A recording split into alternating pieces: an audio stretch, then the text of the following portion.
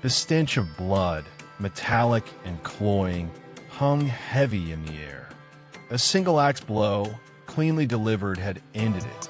Not the life of a beast, but the fragile hope of a desperate man.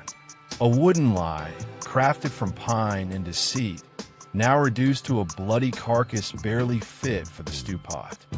Far from the bustling markets and gilded halls, in a village choked by the dust of prosperity, lived the little peasant. His neighbors, bloated with their own success, saw him as little more than a shadow, a whisper of poverty in their otherwise opulent lives. His name, lost to time, was overshadowed by his station. Not a patch of land, not even a single bleeding creature, but hunger, a relentless sculptor, carved ambition where none should have been. That was the dream, a symbol of survival in a world that offered none. His wife, gaunt and etched with worry, listened as he spun his ludicrous plan. A carpenter, a man known for his sturdy tables and rough-hewn doors, was to be their unwitting accomplice. He would fashion a calf, not of flesh and bone, but of timber, painted brown, head bowed as if eternally grazing. A silent, wooden sentinel of a desperate gamble. The carpenter, a gossip as they called him, saw no harm in it. A few coins, a laugh perhaps. He carved the wood, smoothed the edges, and brushed on the earthy hue. A convincing replica, head perpetually down, lost in an imagined feast.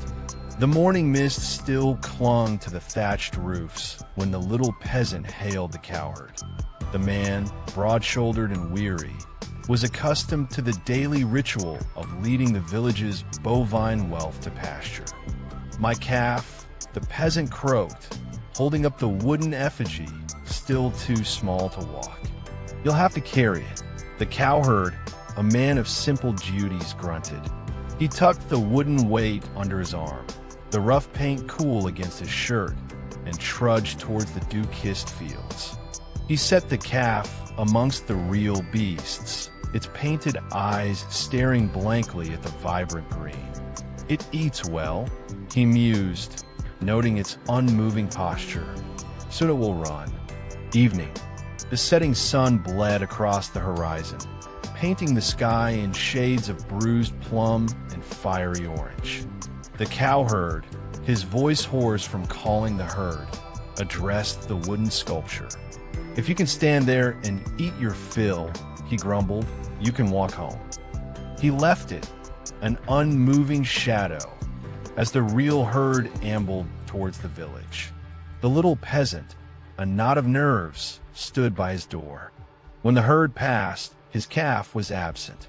His voice, usually meek, sharpened. The cowherd, bewildered, explained. Wouldn't move. A cold dread settled over the peasant. Together, they returned to the pasture. The pasture stood empty. The wooden calf was gone.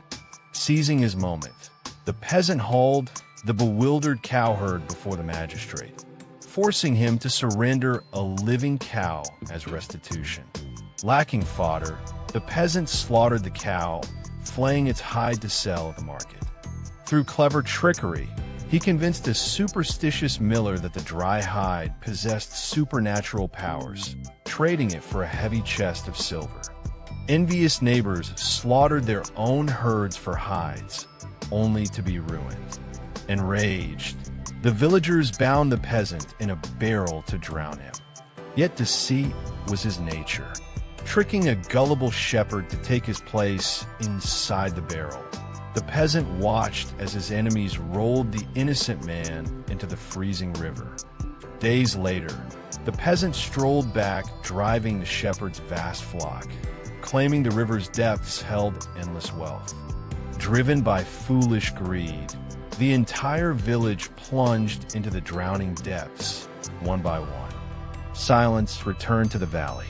The little peasant stood alone, master of a ghost town built on wooden lies.